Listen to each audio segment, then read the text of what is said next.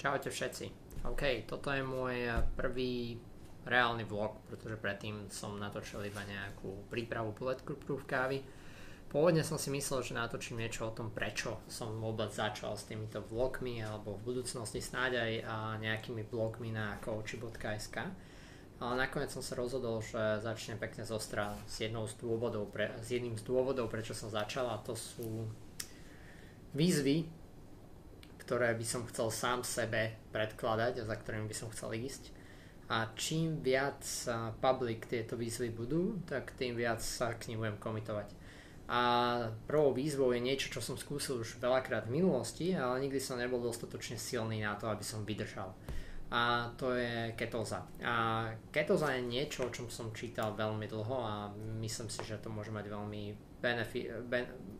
môže to priniesť veľa benefitov mne v rámci mojich problémov so sklerózou multiplex. Síce sa cítim teraz veľmi dobre a nemám nejaké závratné problémy, som schopný cvičiť, viac menej behať, ale ako sa hovorí, netreba čakať, kým sa dostaneme do nejakého plata a potom sa s ňou neviem vyškrabať. Takže ketóza je niečo, čo teraz odštartujem. A môžete ma sledovať cez MyFitnessPal, kde budem logovať všetko svoje jedlo. Moje hlavné dva ciele, ktoré sú z ketózy, je pribrať na váhe. Aktuálne dneska som sa vážil, mám 69,8 a rád by som sa dostal niekde na 80 kg, ale v svalovej hmote. Čiže druhá vec je cvičiť. Ako cvičenie s ketózou by malo priniesť na naberanie svalovej hmoty.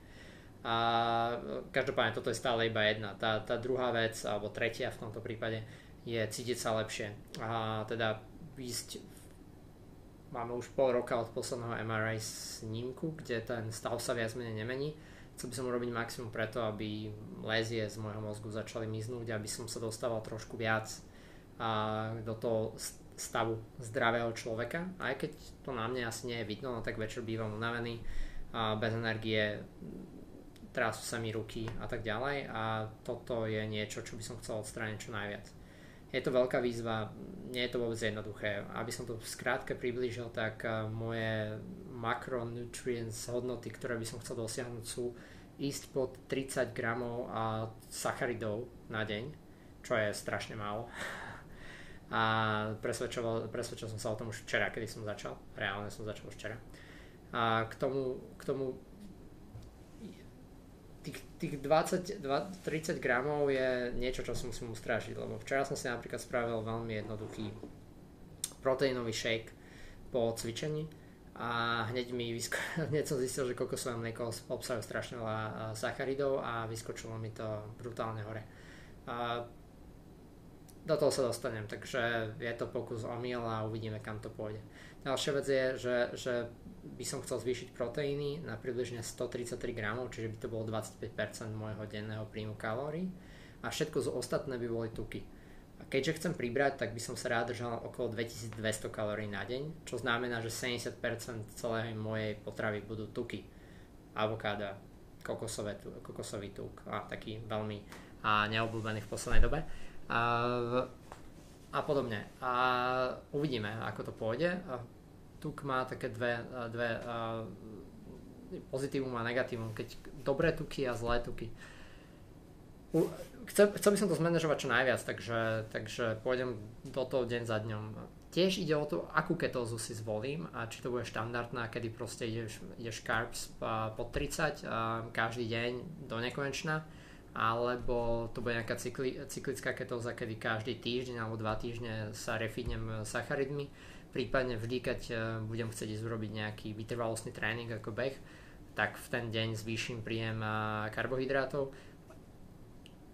Zatiaľ to nechávam otvorené a uvidíme, ako to pôjde ďalej. Myslím si, že tá druhá možnosť, tou cyklickou ketózou, mi bude sedieť najviac, ale možno, že nie, možno, že to vydržím na štandardnej, uvidíme, možno už nebudem mať žiadny need na dať si nejaké sacharidy. Takisto by som túto ketózu rád kombinoval s prerušovaným hľadovaním alebo intermittent fasting, a tým pádom klasických 16 hodín bez jedla, 8 hodín v okne, v ktorom budem jesť. toto mi nerobí žiadny problém, už to robím dlhodobo a myslím si, že to je jedna zo základných vecí, ktoré mi veľmi pomohli v minulosti a pokiaľ máte autoimmunné ochorenia, tak veľmi odporúčam skúsiť prerušované hľadovanie. Je za tým veľa výskumu v pozadí, či už mimicry dieta, ktorá je trošičku odlišná, ale možno k tomu prinesiem trochu viac v budúcnosti, nechcem sa tomu teraz úplne venovať a že uvidíme. Každopádne držte mi palce a budem vás informovať asi každý deň, keď budem mať čas, uvidíme, ale už som začal včera, bolo to v celku fajn, ako hovorím, tie sacharidy vyskočili až na nejakých 40 gramov a dneska sa snažím, zatiaľ sa držím pod a uvidíme. Majte sa pekne, čau. Na kávičku na to.